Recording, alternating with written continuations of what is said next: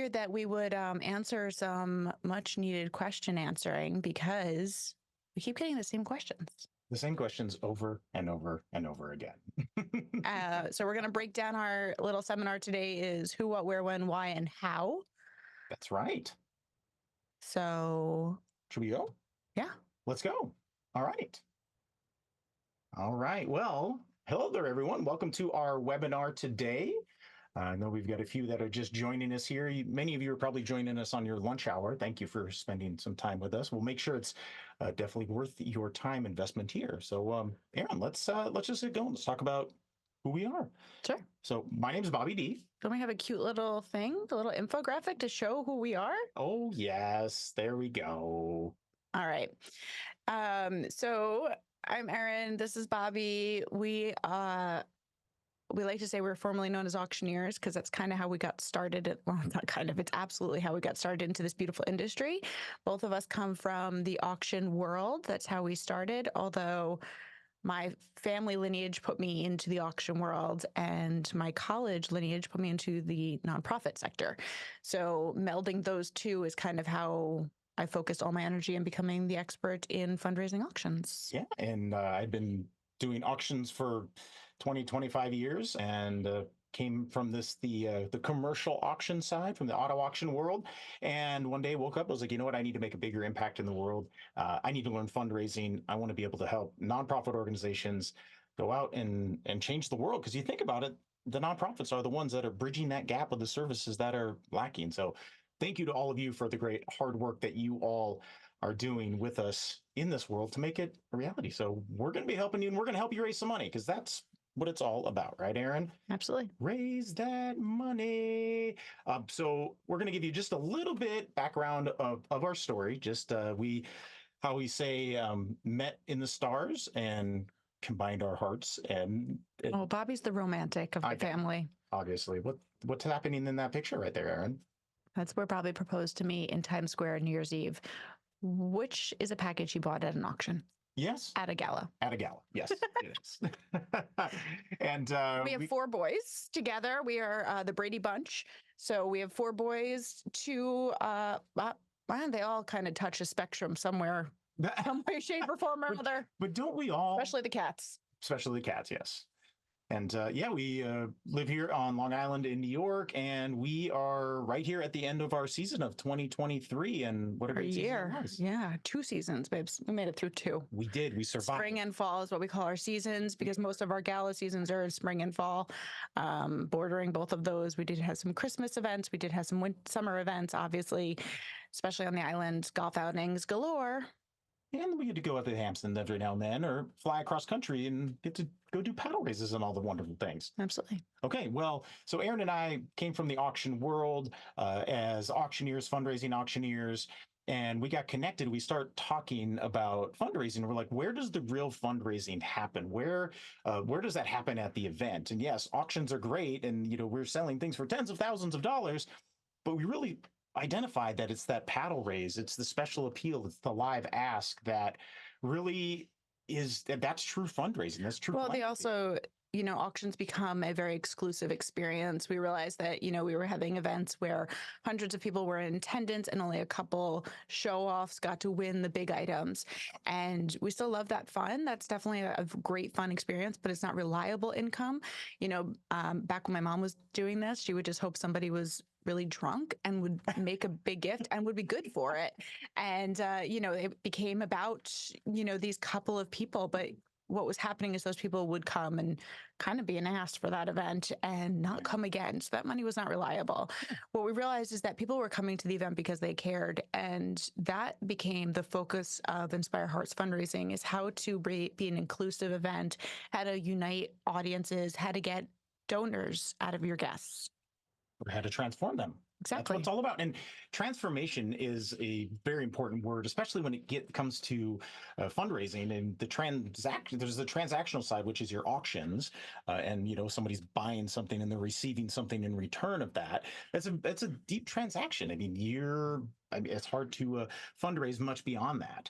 But then you have that transformational gift, which really is the paddle race. That's where it comes from, and that's what we're going to be talking about today. So, Aaron, Share with me, what is this special appeal? What is a paddle raise? Well, so I like to call it the special appeal. There's 10 billion names. The reason I call it a special appeal is because we all know what an annual appeal is. We all know what an appeal is. It's the big ask.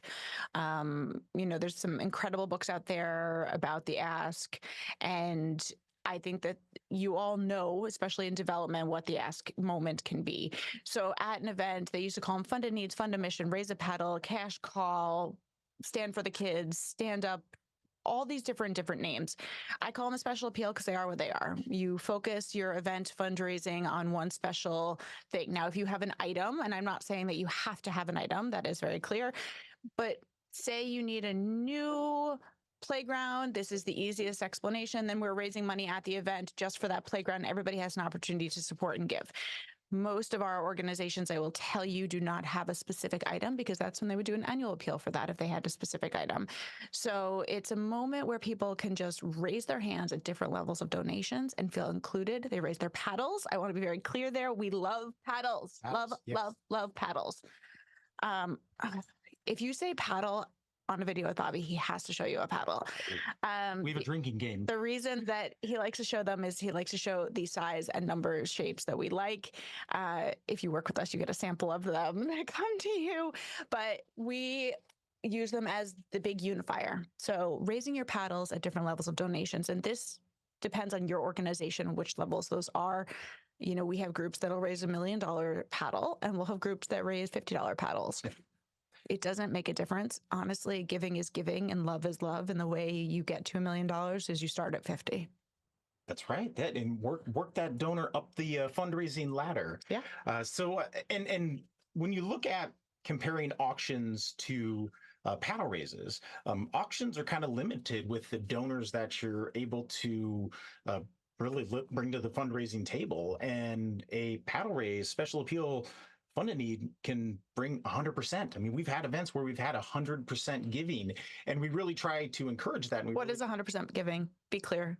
100% giving is every household giving household in the room making a donation. Now you have events where many people come as couples, as spouses, as significant others, and that's one household. And there's many events where that doesn't happen, and then it's individuals that are there. So making sure that you are able to encourage that participation within all of that.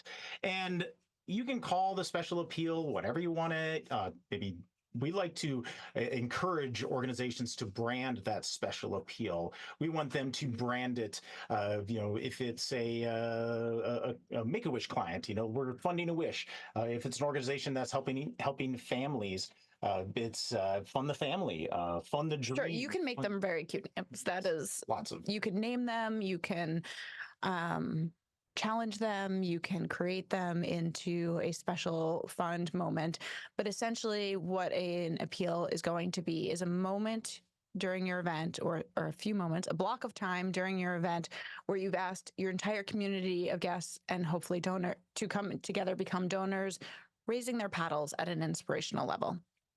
All right. So now, Erin, there are some misconceptions that are in the world about paddle raises, yes, special appeals, yes, the big ask, yes, all of that. Yes, most of them come from that really, okay, friends, I'm a New Yorker. I'm very straightforward. I'm going to say things that might have, you might want to have earmuffs on. But it might come from that really annoying person in your audience that has to complain about everything. And they're like, oh, I hate that you asked me for money. How dare you? That was one person. They shouldn't be at your gala anyway, but they're going to be there and they're going to raise a fuss. So one of the misconceptions I would say is that people don't like being asked for money. And I will say that I do not agree with that moment because the majority of our audiences do like it. I have had several events where people have decided not to do an appeal, and I am frequently stopped in the hallway after the event saying, wait, when are you going to ask us for money? I didn't get to give my money. Yeah. That is a terrible feeling. I'm like, sorry, they didn't want to because, Miss Jones doesn't like it when we ask. And they're like, well, great for her, but I'm going home with $1,000 in my pocket that could have been yours. That's right. And many times, and I'm not sure where it got misconstrued, that this is an auction. This is not Oh an yeah. auction. Well, that's I think it's because auctioneers were some of the first people to do these moments. Right. So similar to Chinese auctions. I don't even like Oh, saying it. I stop know. calling them that. Yes, they are racist and don't call them that. But for some reason, Tricky Tray or raffles are also called auctions, not an auction. Paddle Ray is also not an auction. An auction is a moment where you're selling something at highest market value to a winner, which means somebody in the room is going to win that one item after everybody has bid or given or inspired, not give, but they have participated and the highest winner wins. That is not what happens in a paddle race. Everybody gets to win that puts their paddle up. So it is very different. And many times we have future clients or clients that we're looking to work with. We'll call them the paddle auction or the cash auction or the reverse auction. Many times they call that. It's not a reverse auction. This is fundraising. This is the live appeal and the special appeal and the ask and the we call it the special appeal paddle race, and that's what we'll talk about going forward from here. So, Aaron, I want to go back to another misconception. oh, Another misconception is the awkwardness, that it is an awkward moment. We are going to talk about how to not make it awkward, but it is not awkward if it is done correctly. So that is something that people are afraid of. The other thing is they're difficult. They're not difficult. In fact, I would say that they're probably the easiest thing we do in terms of the execution of them. The planning is difficult. And by difficult, I mean they're consuming. It takes time and effort, such as your silent auction would take time and effort, or just planning a gala or a seating chart. Everything takes effort, absolutely. And the more success you want, the more effort you're going to put in. So the awkwardness, it's not an auction. We're not selling anything. Oh, big misconception. They're not fun. I would say that is a huge misconception. If done correctly, this moment can be so fun. We have a blast doing them, clapping, cheering, music, applause. I have so many people come up to me after an event and just like, wow, I gave so much more than I planned on giving today. It was so fun. Thank you. And I'm like, you're welcome. yes, and it's that fun. I mean, you got to put the FUN in fundraising, and it's an experience that your entire audience is able to join in collectively, and they're all feeling this same thing at the same time, and there's the vibes that match up, and everyone continues to build and build and build, and then once we're at the end, and then we can really celebrate that giving is and the great things that the audience has done. It's feels so good. I'm getting goosebumps thinking about it. I love that moment at an event. Get to the next slide. Judy, I see your question there about paddles. We are going to talk about them in a minute. You are absolutely correct. They are a little bit of a psychological tool. So we'll talk to you about how to do them in just a minute. And you're right on. Okay, that's right. So yes, if you have questions, please put those in the question and answer component right there, and we'll do our best to answer everyone because we want to make sure that we get all your questions answered. Our chat's not working, so just put even in your hellos. Like, I love this. It is a sweet engagement story. Falling in love on the auction block. We literally have a song. We do. Yes. All right. So who should host your ask? Yeah, who should host your ask? Who's the one that makes the big ask? Okay. So shameless plug here, us. Clearly us. Definitely should be us. No, seriously, there are these fabulous people in the universe that are fundraising experts. There are people that take their time and energy and study into this, similar to what you would think of as an onstage development director. You want somebody who's trained in nonprofits that understands what's happening in that moment. You want your guests to feel great because that could potentially be the first time they become a donor. And the same way you'd want your development team to handle that first donor, you want your on-stage person to be that moment. It could also be the last time that person is in your room if done the other way. I'm not talking about negatives. No. Positive. I'm talking about positives. Yes, positive. So I have often had clients say that people from their community have done the ask. They have had developed their CEOs, their people that are engaged in the board, things like that. Sometimes a smaller event might be nice that way. I guess I am telling the negative of that. The problem I have seen that has happened is that people get put on the spot. They might be a regular donor and have a lot of money and just lost everything in the stock market. And also, if you're only talking to those people, the people in the back of the room that maybe are never big donors, don't get asked. They don't feel part of the in club. Having somebody that's kind of like the big equalizer, but also somebody that's ingrained with the knowledge of your organization. You want them to feel like There's a lot of transparency here. They're trusting somebody. So the person that's on stage has to know a lot about you, Yep. spend the time, know how to work with nonprofits, know how to not have an awkward silence, because as I'm saying, that's not something that happens. It's never happened to me. I'm not that person. I have a lot of stage time.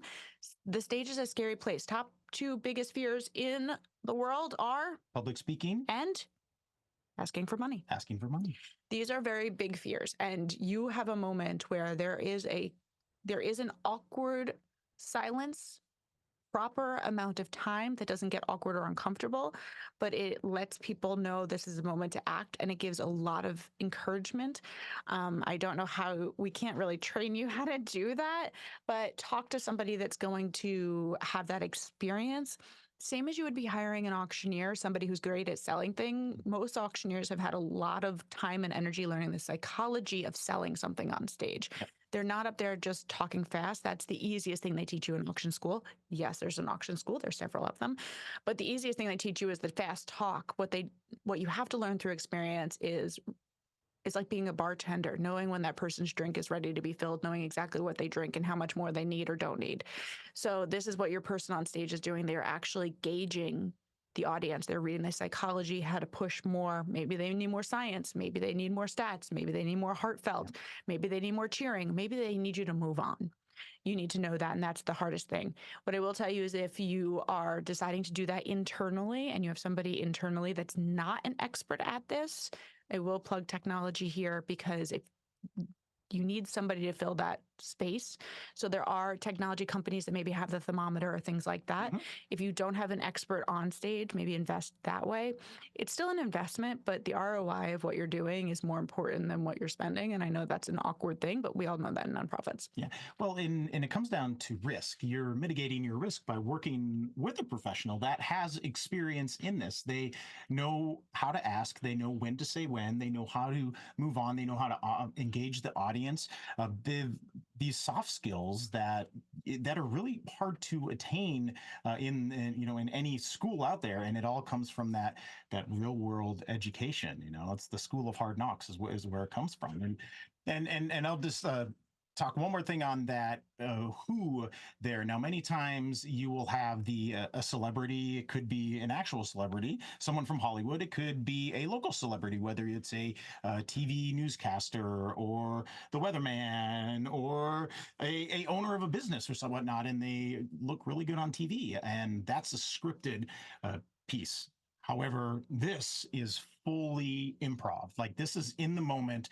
This is a lot very similar to the crowd work. Some of our favorite comedians are able to work with the crowd and have that conversation with the crowd, and really truly being in the moment and capturing the essence of that. But if you really want to make this successful, please hire a professional. There are lots of professionals out there that specialize in exactly this. We've got a great network that's there. Please reach out to us. And Also find somebody that matches your yeah, talk organization. about that. Yes. Girls Inc. is one of my favorite organizations that I've worked with for many years, and there are not a lot of women that do what I do. No. So having a woman up there to represent them makes all the sense in the world. If you have an organization that is a special demographic, or your audience is a special demographic, find somebody that really understands you, that's going to represent you appropriately, Yep. say the right things. I always tell people I'm not a comedian. That's not what I went to school for. That's not where I spend my time and energy. But there are some audiences that like the person on stage that puts people against each other and says crash jokes and things. Not my jam, but that there are auctioneers or people in this position that do that. If you don't know someone and you're looking for a specific thing, reach out. We know a ton of people. I'm happy to guide you there. One of the other things is, so for me personally, I work on inclusivity. I was a women's studies major and an art history. So for me, I believe in equality. So for me, I use gender neutral verbiage. I make sure that everybody's included. LGBTQIA groups are my heart, soul, passion. Gender equality are my heart, soul, passion. For Bobby, he loves animal groups and children's groups. So this is like passion projects. These are groups that we also donate to on our own time. Find somebody that speaks it, because they will be more genuine on your stage. And again, transparency is why people donate. So Yeah, that's absolutely right. They, Oh, and if you are sorry, but if you are using that celebrity, like I have a celebrity that I just partnered with. She's a news anchor. She's fantastic. She's now on my site. She's one of my hosts. She's one of my MCs because she's like, I hate having to be up there asking for money. I read a script from a teleprompter. I don't go rogue. Carol Silva from New York News 12, who is my idol as a child, was like, Erin, I really hate when they ask me to do this because this is not what I've trained to. I've trained to read a script, not crowd work. So they will host with me. They'll read the script part. I do the crowd work. It works really beautifully. So engage those people. If you have those personalities, definitely use them. I'm just going to go back here for really quick about the technology. If you are using technology, think about the person that you're using. Is it a performer that needs that, or are we going to be using the paddles? If you're using a pro, use a paddle. yes. Okay. Let's I think we have another how in there. We'll talk about that, yeah, right? we're gonna move on to our next. But Erin, so why would you do a special appeal? Why would you do a paddle raise? Why would you even Well, like I just said, I love inclusivity. So everybody gets a moment. Should I tell my favorite story? yeah. Working with a group, very long time. Still with them, love them to pieces. When I started with them, they were raised $30,000 in their live auction. Today, in our live and appeal, our record last year was $330,000. We've grown significantly. One of the major growths that happened was during a nor'easter. About a third of their audience was unable to attend. Of course, they were the major donors. They were just hoping would attend and hoping to make those big gifts. They were like, no, it's snowing out. We're not going to make it. Well, their diehards showed up. And more than that, we had extra tables with extra meals. We brought in our volunteers who were just people who cared. And they, we didn't know capacity. They were not people we'd really looked into. And again, this is where the great equalizer of me up on stage. I don't know who's who, what's what. I talk to everybody like they're all billionaires. And one of our volunteers raised her paddle at $10,000. It was her first year doing that. I think our development team dropped on the floor. They had no idea. She came in from doing the wine pull in the raffle area, came in, made this big gift every year. Now she and I have a private meeting. She asks how she can make her gift most effectively. We now use her. Last year, we used her at a $20,000 match where she challenged the rest of the room to match her. She said, I'll give $20,000 if somebody else will. And what happened? Somebody did. Somebody did. Well, Erin, I'm going to back a lot of what you Actually, I'm sorry. Somebody did, but what they did is said, I'll give $20,000 to match her $20,000 if the rest of the room makes $40,000. So right. we just matched, and then again we got it to 30. 300. Well, there's a lot of things that you really talked about there that you're creating an opportunity for everyone to give, which is the biggest thing, is bringing your community together. But you're also identifying donors. There's guests that come as guests of maybe donors or board members or whatnot, but they're just guests until they raise their paddle, and then from that point, now they're a donor. There's opportunities for donors to move up in their donations, make second gifts, make longer gifts, make bigger gifts, and are able to. This is a great cultivation and stewardship tool for those relationships that are there, and it's a great education opportunity so that now you are sharing your story with, you have the friends that are new there, you're sharing the impact, and then with that collective experience, it's really building that energy and that electricity that's in that audience, and that's a feeling. And it's that feeling that your guests and your donors are never going to forget, because they're going to forget what you said.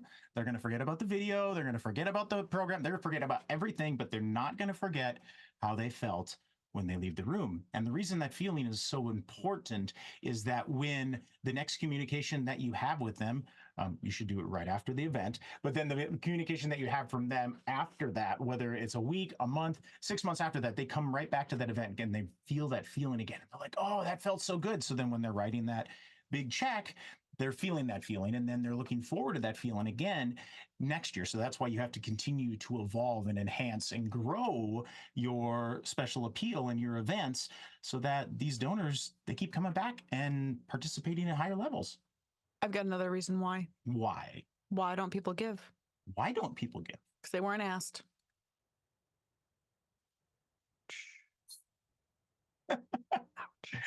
Well, yes. So you have to ask first, because you get 0% of things you don't ask for. Oh, Oh, Yeah, so you have to definitely ask. And then it's the I had it right on my head and I totally forgot. cool. Go to the next slide. Next slide. Moving on. You'll think of it. We have so much information we're trying to get out in a short amount of time. So we'll keep going. Yeah. All right. So our next question that we hear frequently is where? Where do we do this? Yeah. So we're talking about galas today. There are many fundraising events that happen and many do asks at them. Like I said, I do a lot of golf outings. I do other types of fundraising events. People, again, want to be asked. They want to feel important. They want to feel their money is important. They want to know that they can make a difference. That is a major change we have seen since COVID, is people were just feeling like, well, how can I make a difference? What do you need from me? Yeah. Oh, we need your money. Oh, okay. Yeah. Great. There you go. There you go. Yeah, and the where within that can be any event where you have a gathering of guests that you want to turn to donors or donors that are already current donors. And you kind of touched on it real quick. Golf tournaments, galas, definitely. You can do these at luncheons. You can do these at breakfasts. You can do these at cocktail parties. You can do these at the Seminars. Yes, you can do them at conferences. And anywhere that you have a group of individuals that really want to make a difference on a mission, and then you can do that there. And you have to have someone to ask, and then you have to have the method to give, but then you also have the method to get the money. And we'll talk about that a little bit more there.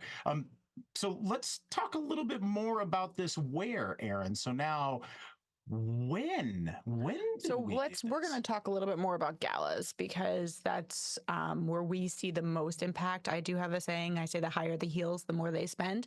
The more dressed up your donors are, the more money they're going to spend. You think about a steak dinner, go to a fancy restaurant versus going to Applebee's, you're going to see a higher ROI of the cost of steak. So, and probably the quality. So we're going to talk about galas here for our next part, which is when to do the ask. So at the end. We are going to disrupt what you've heard. I always say there's like this, we've always done it this way moment. 6 words of death. This is the way we've always done it. We fundraise first. Yes. That is our favorite thing to do. So when you get to an event, we're going to say that we call it a connection hour. There's that hour where maybe it's cocktails, maybe it's silent auction, maybe it's raffles, maybe it's engagement, maybe it's really fun games. I love some of the stuff that happens where we can talk about mission during the cocktail hour. Hopefully your board is out there doing that work. If you want more advice on that, let us know.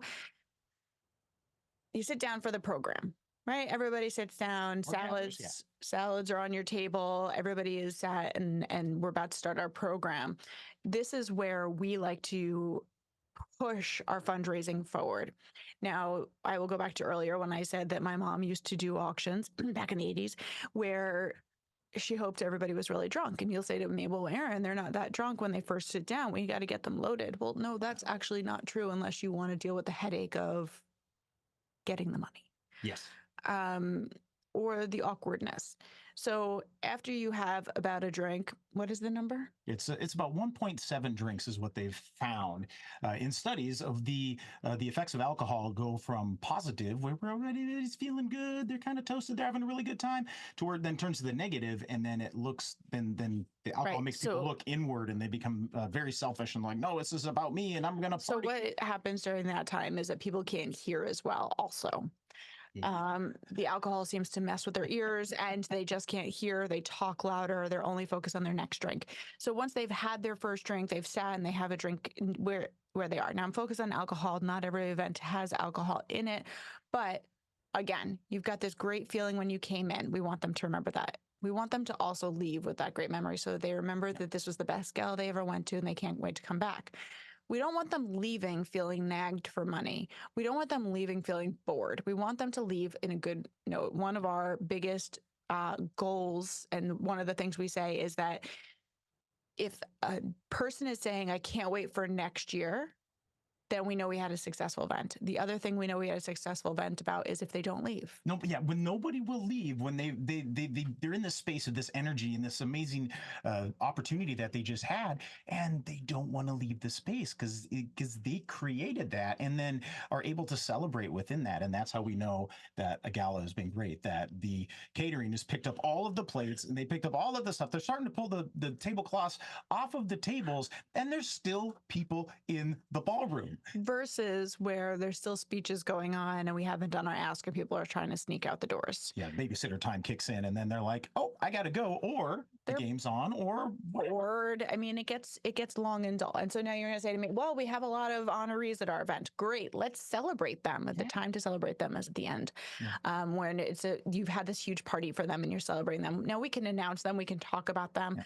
We can do our mission moment. We can do our ask. We can drop dinner. We can do honorees, and we can celebrate. We like to fundraise again early in the program. Bobby and I were talking earlier about how long our asks take. Yeah. We both have different numbers. So I would say talk to your pro about this. For me, I've done a lot of studies about it, and my ask amount of time where I'm just purely talking about money. Please donate $1,000. Who's going to raise their hand at $500? Takes me about 6 minutes. If I have to go longer, it means that we didn't set me up for success. And then I become your motivational speaker, your mission speaker. Then we bill in 15 minutes. Yeah. And it's anywhere between that 6 minutes and 20 minutes. But it's really about keeping that momentum and keeping that energy in the audience and keeping that building upon that. And if your asker gets to a level and there's not a lot of participation there, that's okay. Your guests just don't want to give at that level. So let's move on and let's identify a level that everyone can give. And if you've done your storytelling effectively and you have your board that's engaged in this and everyone has that expectation that they know the paddle raise, the special appeal is going to happen, then you don't have to say a lot in the middle, in between the different levels. It's just finding those levels. But then there are opportunities, or we see these chances where we're like, you know what, we need to inject some story here. We need to inject some statistics here, some impact points, some anecdotes, some different things in between the levels to, again, focus the audience of what we're here to do, or to really kind of light that light bulb and make that connection of what someone sitting at a gala is doing versus, helping, an organization out in the world doing great work, or, a starving child, or, finding a cure for cancer, or whatever it is, that they have that power, that they have the I can do something, and it's very simple as raising your paddle. And we really like that early in the program, again, because one of the other, you've got people knowing why they're there. Later in the program, they've forgotten why they're there. Yes, and this is why we're there. Just had this moment. We've just had this. Everybody is here. We're feeling good. We're looking good. This is a great moment to ask. And I know that historically, these were done at the end of the event as a way, they used to call it the butterfly net, where we would collect all the leftover money. But I can tell you, time tested, trials, we have been through it. We have tried it thousands of times. We have done studies upon it. We've talked to our networks. We've talked to people nationally about this. That is not, in fact, true at all. It is never leftover money. People's budgets for donations versus buying are very different. Yep. The donation money is what a donation wallet is.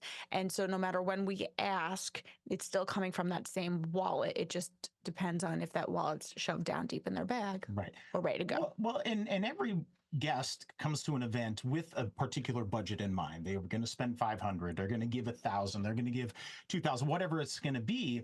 But to know that your event is successful is when you're able to get people to give higher than what their budget is. I always like to say that budgets are made to be broken, and it's building that inspiration and that motivation in the room, that someone says, well, maybe I was going to give 100 or 500, and I felt it. I'm a part of this, and they give it a higher level, which we love when that happens. So I'm going to just quick, Scott asked if we have a sample timeline. I'm going to just tell you a sample timeline. If you email us, we can send you out a sample from us. Absolutely. So essentially you've got your 1 hour cocktail hour. So that depends on the time your doors open, but let's just, say you've got your 1 hour cocktail hour. We then go to your welcome.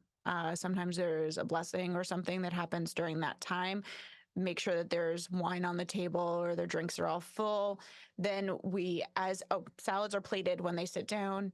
We then start our welcome. Let's talk about what's happened in the previous year quickly. Maybe your CEO or somebody is going to get up and just say, well, thank you, because of you, we've gotten here. We're so thankful to be here. We'd like to share this story with you about what we're doing now and where we are. This will be your mission moment. This is where we talk about maybe a video that shows the story. There's so many samples of different videos that we've seen and used. We love a hero's journey if you are making a video which shows this is a person's life, this is where the organization interjected, this is where they are now, and I really love it if you can show this is where they would have been. There's the life unlived without the influence of the organization that that in the programs that you're providing, but now because the heroes came in and helped this individual, it changed the trajectory of wherever they are, and that's where you give that donor that ownership of being the change maker. I'm going to tell you my favorite story real quick for this moment. I had a boy that had gone through a mentorship program, and he was given an award by his mother, and the mother didn't speak very clear English, and you could see the clear difference trajectories of the boy getting the scholarship, going to the school in a gorgeous suit, and the mother beaming with pride, but also a different life, rough hands, broken English. We didn't really need too much of the story to know what we were seeing from the work. So after that happened, we celebrate our heroes. This was a flower moment. Maybe there's a video, maybe they're honored, whatever. This is your probably about 15 minutes of story, right? This is where we open their hearts up. We then go right into an ask. This is where we say, friends, because you've gathered here today, you've made these stories possible. We want to continue to make stories like this possible. Let's ask for donations at whatever level. I don't say let's ask for donations, just to be clear. We're going to find a level that's great for you. We're going to start at 10,000, then go to 5,000, 2,500, whatever. The end of that, we get down to our lowest level, which generally tends to be about the $100 level. We're going to talk about some different inspirational things. Everybody's giving, clapping, cheering. Wow, that was amazing. Thank you so much. Friends, we're going to bring out dinner here and just celebrate. And the accounting is going to wrap up here, and maybe there's music during this time, maybe a band or some entertainment or something. At that point, salads are cleared, plates are dropped, dinner is served. Once dinner is served, you can continue. So this gives everybody enough time for fellowship. You want to make sure there is fellowship in the beginning, fellowship in the middle, and then fellowship at the end without pushing your fundraising, because again, that's the important part. Once that has happened, you can start the rest of your program for honorees, for speakers, for anything else. You also can wrap up the night. Oftentimes we'll get up and say, hey, last chance to give this way, whatever, if you have a little token thing at the end, big thank you. And then your night's over. So hopefully that kind of helps with. So we've got a great question from Patrick, and Patrick is an auctioneer, and he asked this question: how do you address committee members who believe that guests have a budget and you have to do the appeal following the live auction? Otherwise, they don't give as much if they don't know what they've spent in the auction. And that is a common misconception, and it's a common idea. And the way that I guess you could argue that is, you got science is one way, but then also participation numbers. You're only going to have 5% of the audience, 5 to 10% of the audience actually bid in your live auction. And then what do you do with the other 90%? Right. So there's participation. There's also studies. Like we have done several studies, but here's the story. Parents go out to a gala. There's an auction item for a trip to Disney. They don't win it because it goes for $10,000 and they only brought $8,000. And then they go home and they're like, sorry, kids, the trip went for, 10,000. We didn't have that. So we made a donation and we gave that money to the organization. That doesn't happen. No, those are different wallets. Those are different mindsets, different wallets. If those people are there to buy something, they're not there to give that money. Those are different wallets. We have seen it, we have studied it, so we know it to be true. Yeah. But if you still have those fears, you can also do a follow-up appeal after the live auction. Right. Now, I will also say, if you are doing an event that has a lot of live auction items, this is not always true. Oftentimes, we'll see people do half a live auction, then an appeal, then more live auction. If you only have a couple of items, you can do the live items, then a video or your mission speech, and then the appeal. So there's different ways to flow with it. Not everything is cookie cutter. Not every event is created equal. There are different styles. But I will tell you that, like Bobby said, you are isolating a group of people by doing a live auction. So when you're doing it, only a few people can participate. And so what are the rest of your audience doing during that time? That's right. That's right. And there are events that where the live auction is appropriate to be before the appeal, and then there's events that are appropriate to have the appeal before. And so good stuff there. So now, Aaron, we're going to move on to our next point here. Now, how do we get the money? How do we get this? I'll bet you $2 Bobby holds up a paddle during this conversation. Maybe. So, like we said, we love paddles. We really do love them. We do find energy here. Now, I'm going to use this example here because people question me about it. Well, what about our really shy people who Why? don't like people Yes. being known for what, that they're donating? Okay. Social media. That's my answer. Because if you think people are not participating because they don't want to be public about their lives, look at social media. People are public about literally everything they're doing. People like being seen. There are oftentimes people are taking selfies with their paddles. They're being part of their paddles. This is a great inspirational thing. Yes, also earlier we talked about the psychological energy that happens because people see other people holding their paddles. If your board is not participating, Your board needs to be, because I have a philosophy: more paddles up means more paddles up. So if you are able to help build that and set that expectation, especially with leadership stakeholders that are in that, your board members, that we have a lead gift and we're ready to go with that, it's going to encourage more paddles that are there. And people are looking for leaders. yeah, The same way that we're looking at celebrities and want to know what they're doing, we're buying the same earrings that they're wearing. We're wearing the same makeup they're wearing. We're doing what they're doing. They're looking to your board. They're looking to people that belong to your organization, showing that they're excited here. Now, if you have a board that gives at the end of the year, they give it a different time, encourage them to make the gift publicly and then privately write the check. They don't have to write the check that night. Figure out a way to engage them. But there are more times than enough I will hear people say, well, the board didn't give. Why am I going to give? Yeah. I love it when you see a CFO give because you're like, whew, you know where the money is going and you're giving. That makes me trust you. Now, there is still that individual, and it's a very small percentage of individuals that like to give anonymously, or they like to give more humbly. And they are going to be able to do that. And you sometimes have to make that ask from the stage and say, friends, if there's a level we didn't mention, or would you like to give in private, please see development director, please see CEO, or please come talk to us and we can help you facilitate that gift. But I hate the word anonymous. Can we just say that I hate the word anonymous? It's a friend of. The moment you say anonymous, you've shamed the donating. Yes. So we don't want to do that. Because other people are like, why'd they give anonymously? Is there something wrong with giving? Should I hide my gift? Yes. We say friends, inspirational friends that have raised their paddles. That's just my little side tip. Okay. Especially there's other auctions. So another reason for paddles, here it comes. Where's my $2? That you have your paddle. Each individual has their own individual number that's with that, and this gives us a chance to make that specific individual recognition of that gift. Thank you to number 123. Thank you to number 149. Thank you, number 222. I always wonder if somebody's like watching me when I do mine. I'm always making eye contact when I'm thanking somebody for making a gift. They might be holding a paddle, but I'm making eye contact. I wink at people. I smile at people. I thank them humbly from my heart. I'm wearing your hat that day. I'm your organization's face for that moment. So the way that feels is incredible. Now, it is very hard to make eye contact or thank somebody graciously when they look like this. Yes.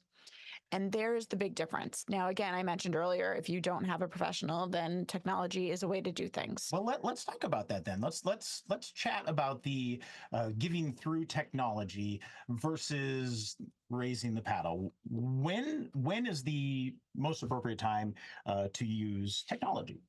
Well, technology always, because I think that they should be having a platform that they can make the gifts easily. But that means your team, take that off. I don't even want to look at their phones. Their teams should be right typing into the computers behind the scenes. They're doing the work for you. You're getting maybe a text message that says, "Thank you for your gift of $500. Here it is. Pay." Or when you checked in, you swiped your credit card, just like, and you go to the hotel. Technology is a great tool. Phone giving is a very different tool. And I'm not even going to go so hard to say I don't like the ones with QR codes on your table. If afterwards you want people to give on their phones, fine. I don't like phones because the same reason I don't like our boys using phones or you. I want you to stay in the room. I want you to stay as present and be part of a moment. And I think that that's a really powerful thing, especially since COVID. I'll say it again. We hate when everybody's on the phones and leaving a room. The minute you pick up your phone, you're looking at the babysitter, the time, your social media, your emails, your friend text, the score. I literally have walked around the room trying to encourage people to give that are giving on their phones, and they all look like they're giving. And I will tell you, 80% of the people, at one point in time, I leaned over somebody's shoulder. I had a microphone. I was like, "What's the score?" And he was like, "Whoops." Yeah, it gives a way for because they are people to hide. pretending they are making a gift, and you will see the scoreboard's not changing. Oftentimes the scoreboard's not changing accurately anyway. So again, if you have a pro, make the gift a real, genuine gift to make that moment feel good. If you don't have a pro and you have to use the scoreboard thermometer, you can do that. And there's a couple other times that leveraging that technology can really help. Now, if you have a monster size event and you have like 5,000 people, it's almost impossible to have a paddle raise to where you're getting everyone's paddle that's there. You can still have those major gifts come in with the paddles going up and have everyone else to give on the phones. Like that's a great opportunity for that. Or you might be a festival or something. Oh, I saw George Strait do this really cute one time where he had everybody get their phones up and turn the flashlights on and start waving them like you used to with lighters. And then he's had everybody take their phones and make a gift. So there are ways to encourage that. It's definitely got to be led by somebody, unless you're George Strait. Anyway, you should, there are ways to lead that. Absolutely. But the more intimate you can be with your audience, I think that it's more important. And again, think of it the way a development director would get the first gift. Do you want somebody? I get phone calls all the time. Just got a phone call from Planned Parenthood today. They were like, "Hey, are you going to make a donation?" "Sure, I'll make it online." They're like, "Well, actually, we'd like you to give it now." "Well, no, I'll give it online." "Well, we'd really like to take it right now if you can." I'm smart. I know why. Because I'm not going to go on my phone and do it. They know that. I know that. We all know that. And I was like, "No, I really will." And they were like, "Well, will you though?" They didn't say that. It really comes down to fundraising friction that you just explained it the best right there, that if a donor has to take like more than one or two steps to make that donation, and it's not easy. I've done this all the time, like at conferences. They're like, "Oh, please make a donation to our cause and type in this number and text this number, do this, and then this and this and this." And I'm like, screw it. I'm not going to do that. But if your donor and your guest is in that room and they feel that inspiration, they feel that motivation to make a choice, all they have to do is and it's done. Boom. Amazon easy, baby. Money in your pocket. Super easy. We're running out of time. Keep going to the next one. All right. We got about 10 minutes left. We want to make sure we're respecting your time. If there's something we fly through here and you want more information about it, let us know. All right. All right. We did how. Or there's the how. So now we've talked about different levels, but now how do we encourage? Oh, fun. This storytelling. Yes. So here's a chance that you can encourage those transactional givers to be a part of your incentivized giving. Okay. So while we were talking about events that are focused around your appeal, we often know that you have items or people that you want to celebrate a little bit more. So this is where we like to do some incentivized givings. There are so many ways to do this. The picture Bobby just showed was him throwing paddles in the air, catching a winner. That was a paddle drop where everybody got to give a gift at the lowest level, which I think was $100 that day. And they caught one of the winning paddles, and that person got to win something. And this is really cool. Everybody gets to give. This is a little bit more anonymous in terms of how many people are giving, but I will tell you, we get so many people to give during these since COVID. Again, we are seeing incentivized giving skyrocket. Incentivized giving can also be getting a little token item at every gift. I'll just have, we just recently did one where everybody got a hat with the organization's name on it. I love logo wear. Your name should be out there as much as possible. Talk to your marketing people. And then at the end, everybody needed, so this was cool about the hats is that we got, I gotta say 200% participation because husbands and wives both needed hats. There you go. And so they were giving multiple times in order to everybody get the hat. And at the end, we did a hats off to the organization. And it was a super cute photo op. We've had them wear different levels of giving. Everybody who gives $1,000 gets entered into a chance to win. And then we had a chef come out and say, I will cook a dinner for you personally. If you give it the $1,000 level, one of you will win my special meal. And then we had a whole bunch more hands go up at the $1,000 level. Oh yeah, we did. Yeah. Because they want to be seen by the chef. So you can incentivize these levels of giving. People love a blinky light. People love confetti cannons. Keep this fun. That's right. Keep it going. Now, Beth had a great question. She said she converted their sit down gala to a reception style event. And any tips for doing a paddle raise in that environment? Do you want people to carry the paddles around? No, they don't want to carry them around. So you have to design the paddle, again, fundraising friction. You have to eliminate that. Design the paddle so it can fit in the shirt pocket, in the back pocket, in a purse. I'm sorry, I don't have one handy with me. Oh. He So- thought it was a paddle. So So that's lapel style, yeah. lapel size Yes. is what he's probably talking about as one option. That's one option. Door hangers. I don't know what you're pointing at. Door hangers, if you have like those keep out, be quiet things and they hook on your wrist and that can be a paddle. Yeah. So that's one way to do it. They also go Name around your tags? name tags on the back can Put be the a paddle number. number right there. There you go. That's a great way to do it. One of my favorite things here for this, you have to make sure their name is attached to it, though. That is a big thing. Make sure their name is written on whatever thing you give them. We had one that it was a wine tasting event, and they had name tags around the center, and also their name tags carry their wine glasses. Ooh. Remember at Italy's event? So that was really cool. So they weren't shuffling with too many things. There are so many creative things to do right You're now. creative with it, yeah. There are bracelets, big bracelets, snap-on bracelets you can get with numbers on them.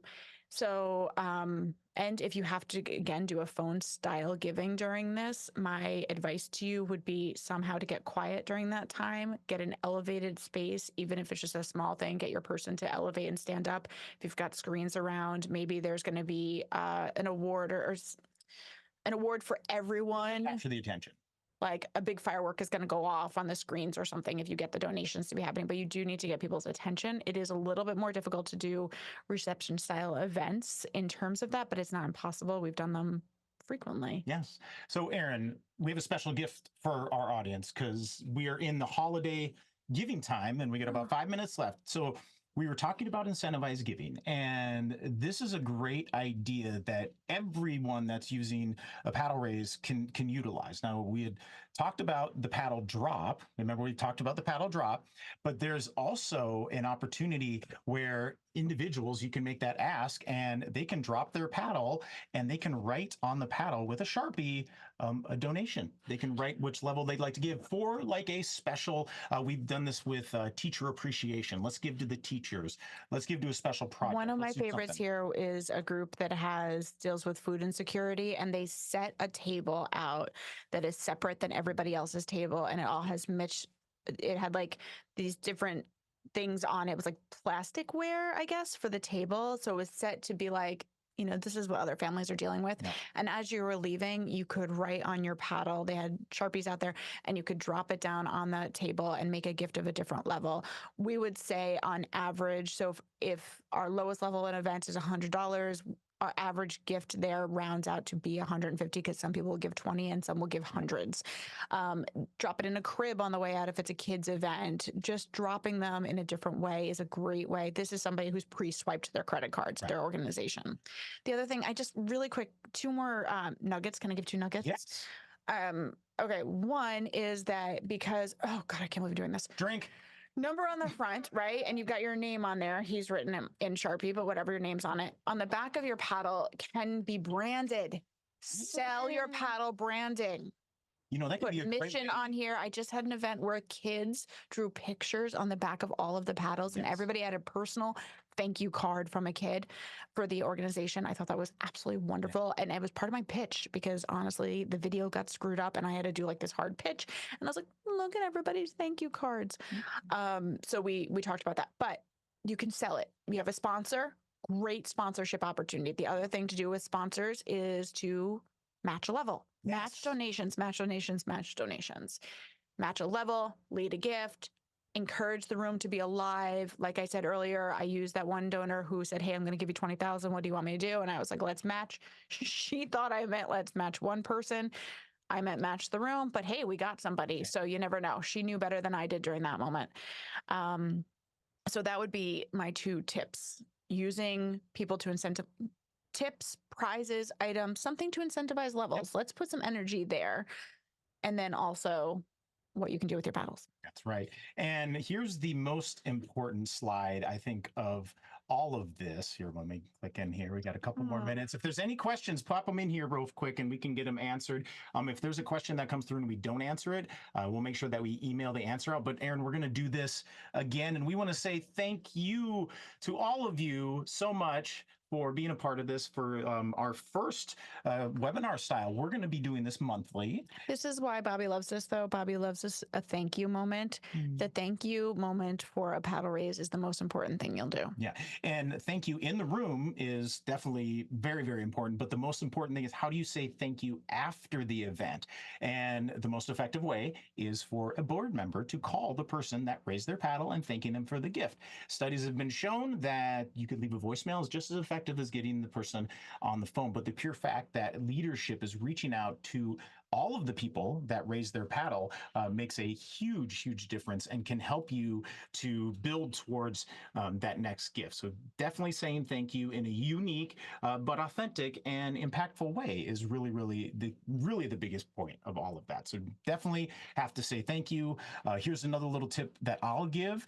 We've done this with a couple of groups where at the end of the night, we said the kids wanted to say thank you to you all so much for supporting their chorus. Please, everyone, reach under your seats and grab a thank you card that was handwritten by all of the kids. And it just like, there was tears and there was such excitement. There was the moment.